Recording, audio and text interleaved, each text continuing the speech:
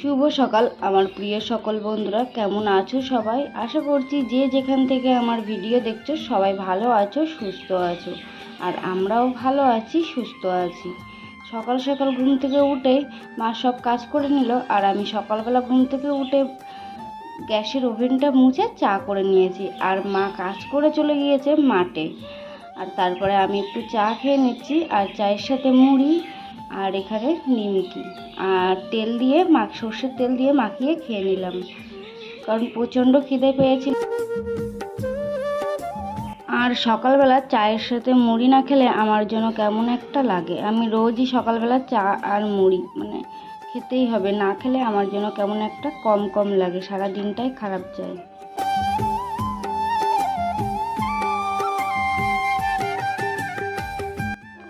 আর আমার মতন কে কে আছো চা প্রেমিক, কমেন্ট করে জানিও। আমি কিন্তু ভীষণ বড় একটা চা প্রেমিক। আর এটা হলো সোনা বাবা হরিনামের ওখান থেকে এনেছিল এই যে কল, এর ভিতর জল দিয়ে কলটা টানলে জল বার হয়।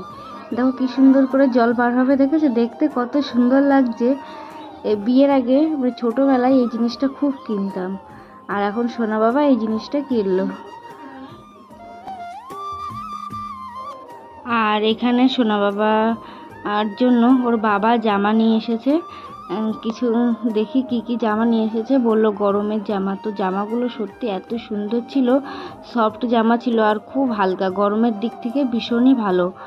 আর জামার দাম নিয়েছিল, ওই দুটো জামার দাম গোলাপি আর যেটা সবুজ, ওই দুটো জামার দাম নিয়েছিল 70 টাকা। আর এই গেঞ্জিটা, এটার দাম নিয়েছিল 60 টাকা।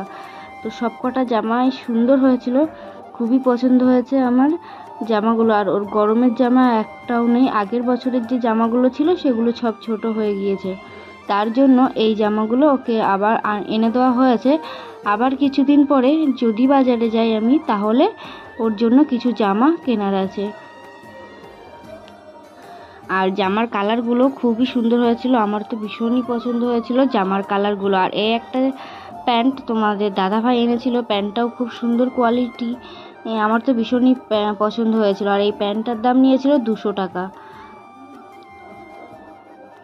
আর সোনা বাবাকে খাটিয়ে দেখছিলাম বড় হয়ে যাবে কি, একটু বড় হয়েছে, পুরো গরমকালটাই এই জামাটা দিয়ে কাটিয়ে দিতে পারবে। আর তারপর চলে এসে গরিবের সংসারে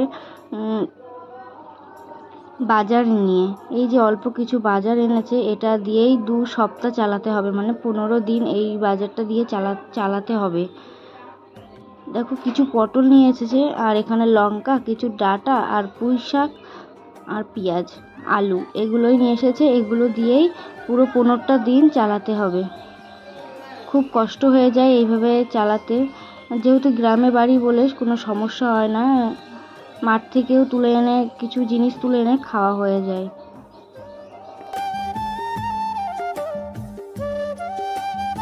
অভাবের সংসারে বুদ্ধি খাটিয়ে না খেলে কিছু করা যায় না। আমরা এই জিনিসটা কত রকমভাবে রান্না করে থাকি, আবার মাঠ থেকেও অনেক জিনিস তুলে এনে খাওয়া হয়। আর এখানে দেখো সব বাজারগুলো ঢেলে নিচ্ছে। এই যে পেঁয়াজ রেখেছি, আর এখানে একটা বাঁধাকপি ছিল, দেখো পুরো শুকিয়ে গিয়েছে। আর যে রান্না করার সময় পাচ্ছি না, কারণ গ্রামে মহা উৎসব আছে, 3 দিন পুরো রান্না বাড়িতে বন্ধ, তার জন্য। আর এখানে এই যে সব সবজিগুলো সাজিয়ে গুছিয়ে রেখে দিয়েছি।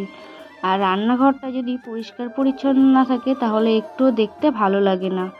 আর আমার যেহেতু মাটির রান্নাঘর, সবসময় লেপে পুছে রাখলে মাটির রান্নাঘরটা দেখতে খুবই সুন্দর লাগে। আর এখানে যে পুঁই শাক বাজার থেকে এনেছিল হাজব্যান্ড, সেগুলো এখন কুটে নিচ্ছি। দুপুরে এই রান্না হবে আজকে দুপুরে, আর আজকে রাত্রে অধিবাস, তার জন্য এই দুপুরবেলা এই পুঁই শাকগুলোই রেঁধে নিচ্ছি। আর আজকে আমি তোমাদেরকে আমার রান্নার কিছু ক্লিপ দেখাবো, আমি কিভাবে পুঁই শাকটা রান্না করেছি সেটা তোমাদেরকে দেখাবো। এখানে তেলটা বসিয়ে দিয়েছি, তেলটা গরম হলে তার মধ্যে 5 ফোড়ন দিয়েছি। 5 ফোড়ন একটু ভাজা ভাজা হলে তার মধ্যে পেঁয়াজ দিয়ে দেবো। এই দেখো পেঁয়াজ দিয়ে, পেঁয়াজটাও হালকা লাল লাল করে ভেজে তার মধ্যে দিয়ে দেবো। আর এর মধ্যে দিয়ে দেবো শুকনো লঙ্কা আর জিরে আর আদা বেটে নিয়েছিলাম, সেটা দিয়ে পেঁয়াজের সাথে একটু হালকা করে কষে নেবো। কষে নিয়ে তার মধ্যে পুঁই শাকটা দিয়ে দেবো। আর এই রান্নাটা এত টেস্টি হয়েছিল, বাড়ির প্রত্যেকেই ভালো বলেছে এই রান্নাটা। আরও এখানে নিয়ে নিচ্ছি মানকচুর পাতা। সেই মানকচুর পাতাটাও আজকে রান্না করব। বাড়িতে কিছু ছিল না রান্না করার মতন, তার জন্য গাছ থেকে মানকচু পাতা তুলে আনলাম, সেটা এখন বেটে নিচ্ছি। আর এই কাঁচা পাতা শিলে বাটলে খুব সুন্দর লাগে খেতে, আর টেস্টটা অসাধারণ। আর মিক্সারে দিলে অতটা ভালো লাগে না, তার জন্য আমি হাতে বেটে নিয়েছি। আর এটা বাটতে গিয়ে আমার হাত প্রচণ্ড চুলকিয়েছিল, পুরো হাত ফুলে গিয়েছিল। আর এই দেখো এইভাবে ভেজে নেবে, কড়াইতে তেল দিয়ে একটু পেঁয়াজ ফোড়ন দেবে আর শুকনো লঙ্কা ফোড়ন দিয়ে এইভাবে ভেজে নেবে, খুবই সুন্দর লাগে এইভাবে। আর এটার স্বাদ ভীষণই সুন্দর। আর এখানে সব রান্না কমপ্লিট হয়ে গিয়েছে। এই যেখানে ঝুড়ো মাছ ভাজা করেছি, আর ওই সাইডে একটা মাছ আছে, ওটা সোনা বাবার জন্য ঝাল ছাড়া। আর এখানে আছে আমাদের জন্য মাছের ঝাল। আর পুঁই শাক, এই দেখো এই যে পুঁই শাক এত সুন্দর টেস্টি হয়েছিল। আর এই যে সেই কচুর পাতাটা, এগুলো সবই খুবই টেস্টি হয়েছিল। আজকের খাওয়াটা সত্যি পুরো অসাধারণ হয়েছে। আর এখানে ছাগলের জন্য বেগুন কুটে নিয়েছি।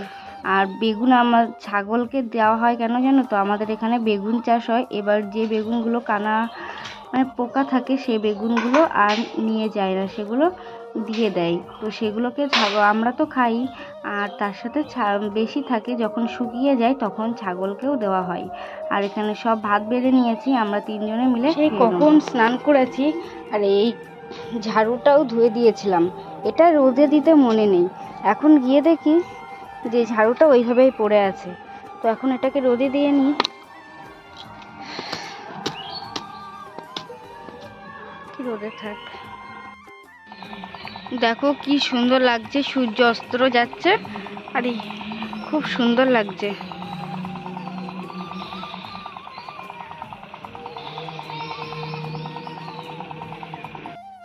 আর এখানে একটা ডেস্কির মধ্যে কিছু বিচুলি নিয়ে নিয়েছি, আস্ত বিচুলি নিয়েছি। এখানে কুচিয়ে নিলে মনে হচ্ছে বিচুলিটা ভালো হতো।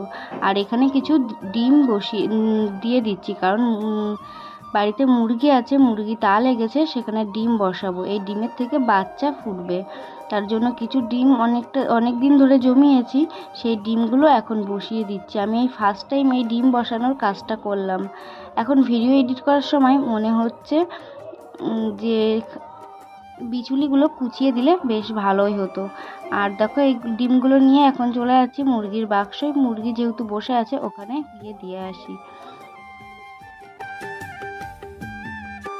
আমি এখানে অডিও দিচ্ছি, আর আমার অডিওর পিছনে কিছু আওয়াজ শুনতে পারছো, কীর্তনের আওয়াজ শুনতে পারছো, যেহেতু কীর্তন হচ্ছে। আর আজকে আমাদের এখানে কীর্তনের শেষ দিন, আজকে হলো ধুলোট। তো আমরা সবাই এখন যাব ধুলোটে। আর এখানে আমি ভয়েসটা দিয়ে নিচ্ছি, কারণ ভিডিও করা হয়েছিল আর ভয়েসটা দেওয়ার সময় হচ্ছিল না।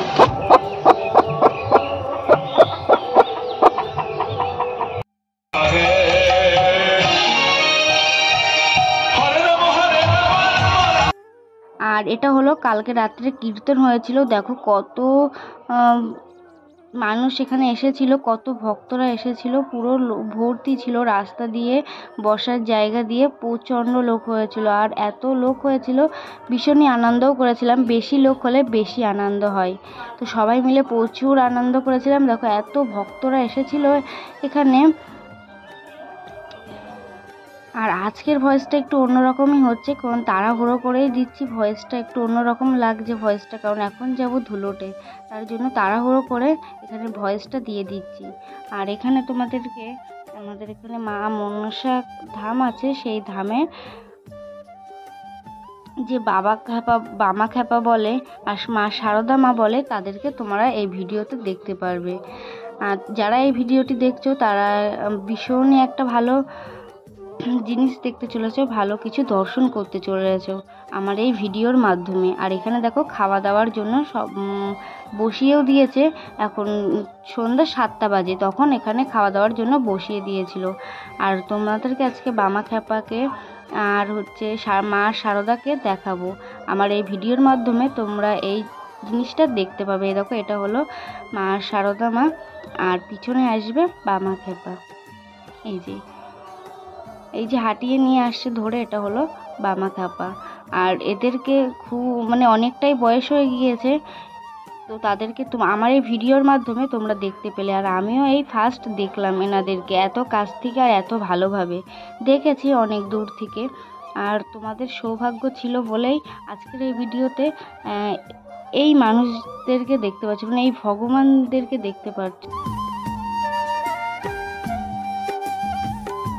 ভিডিওটি ভালো লাগলে একটা লাইক, কমেন্ট এবং চ্যানেলটা সাবস্ক্রাইব করে দিও। আর একবার জয় মা মনসা কালীর ধাম বলো। সবাইকে মা সবাইকে মঙ্গল করবে। আজকের ভিডিওটি এই পর্যন্তই থাক। ভিডিওটি ভালো লাগলে একটা লাইক, কমেন্ট এবং চ্যানেলটা সাবস্ক্রাইব করে দিও। আর যারা সাবস্ক্রাইব করেছে তাদেরকে অসংখ্য ধন্যবাদ। আর যারা সাবস্ক্রাইব করোনি তারা আমার চ্যানেলটা এক্ষুনি সাবস্ক্রাইব করে দাও। আর এখানে প্রচণ্ড নাচানাচি করেছিলাম, এখন বাজে